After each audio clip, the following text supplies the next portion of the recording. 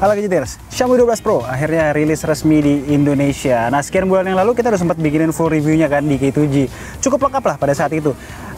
Ada satu yang waktu itu gue masih rada keganjel adalah soal kameranya. Ada beberapa hal yang memang belum fix bener secara firmware seperti soal processingnya. Nah, mumpung lagi ada hype launching resminya, gue mau bikin sekali lagi video khusus kamera dari Xiaomi 12 Pro ini. Dan kita mau lihat apakah kamera dari Xiaomi 12 Pro itu benar-benar flagship grade.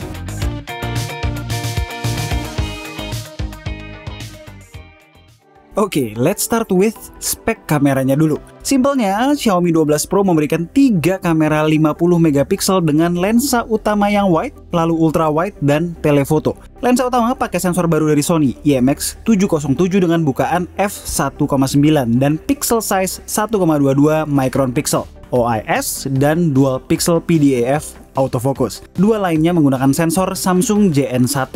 Ultra wide-nya punya field of view 115 derajat, sementara telefoto 2X-nya 48 mm ekivalen dengan bukaan f1.9.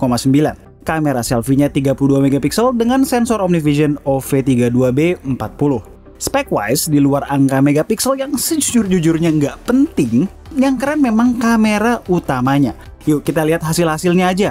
Karena apalah arti spek atas kertas kalau tidak bisa diwujudkan menjadi end product yang memuaskan.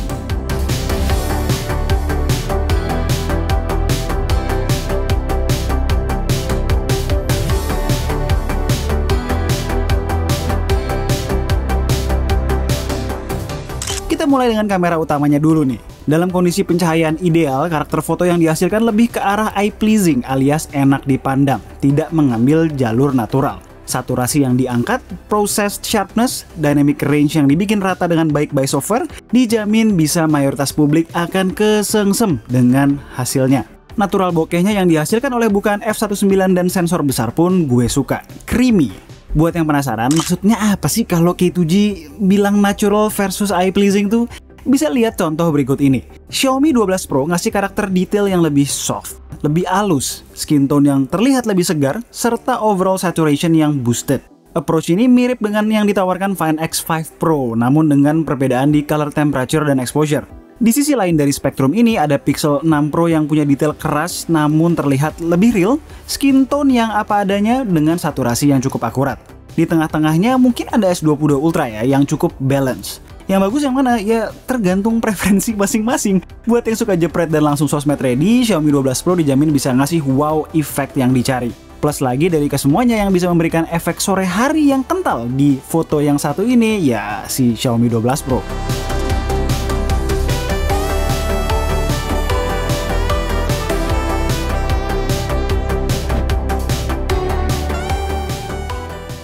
Buat yang suka sebel, K2G nih kalau analisa foto orang mulu sih. Ya sebetulnya karena paling enak analisa foto dengan objek orang guys. Secara kita punya general knowledge orang itu harusnya punya skin tone seperti apa, detail yang normal versus over seperti apa, dan lain-lain. Tapi oke lah, nih gue kasih beberapa sampel non orang juga.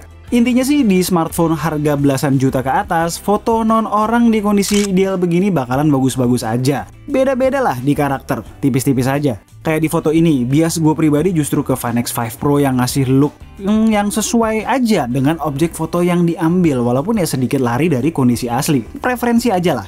By the way, kalau di Pixel Peep gue suka perpaduan antara detail dan noise level dari Xiaomi 12 Pro nih. Horizontal lines di jendela nggak tangga-tangga gitu, lalu noise di shadows di bawah masih berupa fine grain.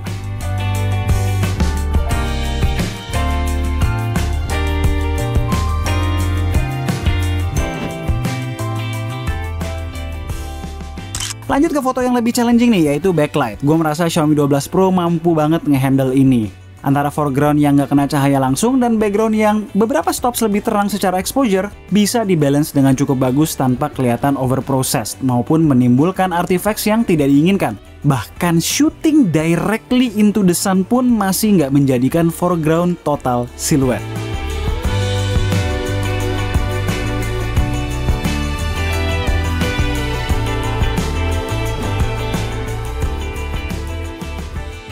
Selama ini gue make Xiaomi 12 Pro, gue paling sering menggunakan lensa utama dan ultrawide-nya.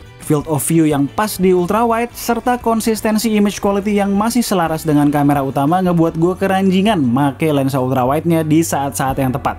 Telenya gimana bang? Sejujurnya soal tele ini ya cukup disayangkan ya, karena pertama cuma bisa ngasih optical zoom 2 kali. Lalu secara konsistensi warna paling sering beda sendiri. Gue malah sering make lensa telenya untuk macro shots. Secara kamera ultrawide-nya nggak bisa dipakai foto makro. Soal konsistensi warna ini gue bener-bener berharap segera di fix ya di software update. Dan memang seharusnya easily fixable nih. Karena problemnya berlanjut juga ke mode portrait. Sayang ya, karena untuk edge detection-nya sebetulnya udah cukup rapi dan bokehnya cukup natural look-nya. Dan bisa di-adjust pula simulasi bukaannya. Objek utamanya pun secara image quality bagus banget.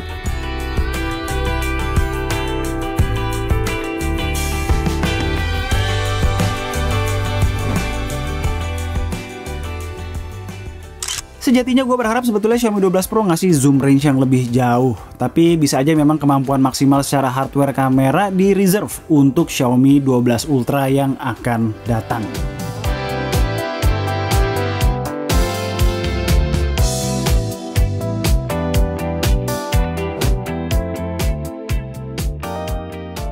Masuk ke kondisi pencahayaan yang gelap, remang-remang banget nih kondisi di Cafe Batavia ini. Dengan night mode yang auto triggered ketika kondisi mulai gelap, gue bisa mendapatkan hasil yang bagus dengan Xiaomi 12 Pro.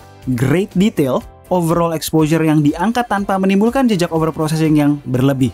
Night mode di ultrawide pun gue masih suka.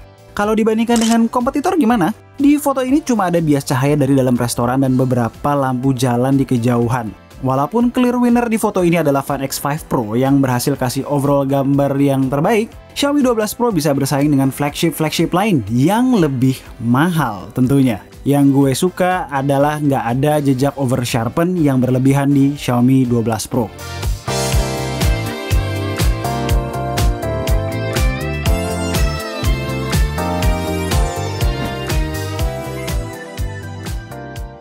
Balik ke depan, gue suka hasil selfie-nya. Detailnya dapet, dynamic range oke, processing nggak berlebih. Cuma kalau masuk ke kondisi yang minim cahaya, memang night mode-nya kurang bisa menaikkan detail.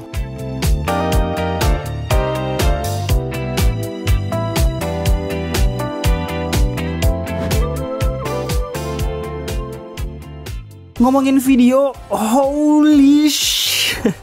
Video 8K-nya stabil banget, gila-gila. Ini sih benar-benar bisa dipakai, nggak cuma sekedar gimmick. Image quality-nya ya as expected ya dari video 8K, sharp. Yang penting juga adalah nggak terlalu berasa patah-patah. Ya cukup konstan di 24 fps lah, cinematic fps tuh.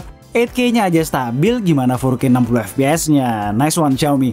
Secara fps juga cukup konstan nih, beda dengan beberapa smartphone Android lain yang terkadang nggak bisa kasih konstan di 60 fps. Bahkan di kondisi gelap sekalipun, menurut gue videonya masih bisa dipakai. Walaupun ya gue sendiri tetap akan mengandalkan pencahayaan yang oke ya untuk record video. Dan terakhir video selfie-nya yang masih mentok di 1080p, tapi bisa 60 fps.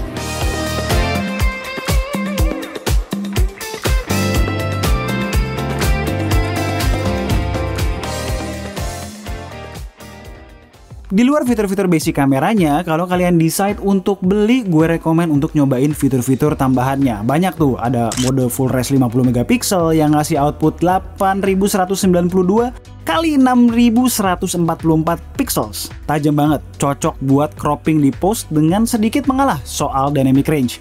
Ada mode slow-mo up to 1920 fps di 720p. Paling maksimal yang usable sih menurut gue di 1080p 240 fps ya.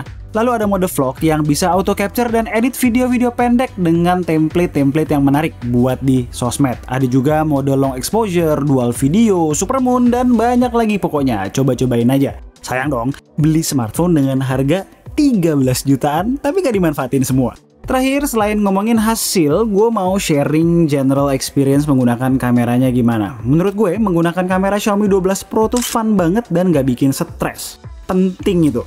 Ngambil shot simple banget karena autofocus kenceng dan hasil processing AI fotografi jarang fail, kecuali soal tele tadi ya. Ada objek, jepret, jadi. Mungkin buat kalian yang lebih suka karakter natural bisa bermain-main dengan pro mode-nya atau bahkan shoot on RAW. Soal autofocus, seperti gue bilang di review beberapa bulan yang lalu, teknologi cyberfocusnya bener-bener ngebantu ketika foto objek yang bergerak cepet atau bahkan di video. Kenceng ngeloknya dan akurat ngetracknya. Last but not least, sekedar tahu aja nih, ketika banyak ambil foto dan video hampir non-stop di cuaca Jakarta yang panas, suhu smartphone akan meningkat dan secara otomatis meredupkan layar untuk mitigasi panas itu.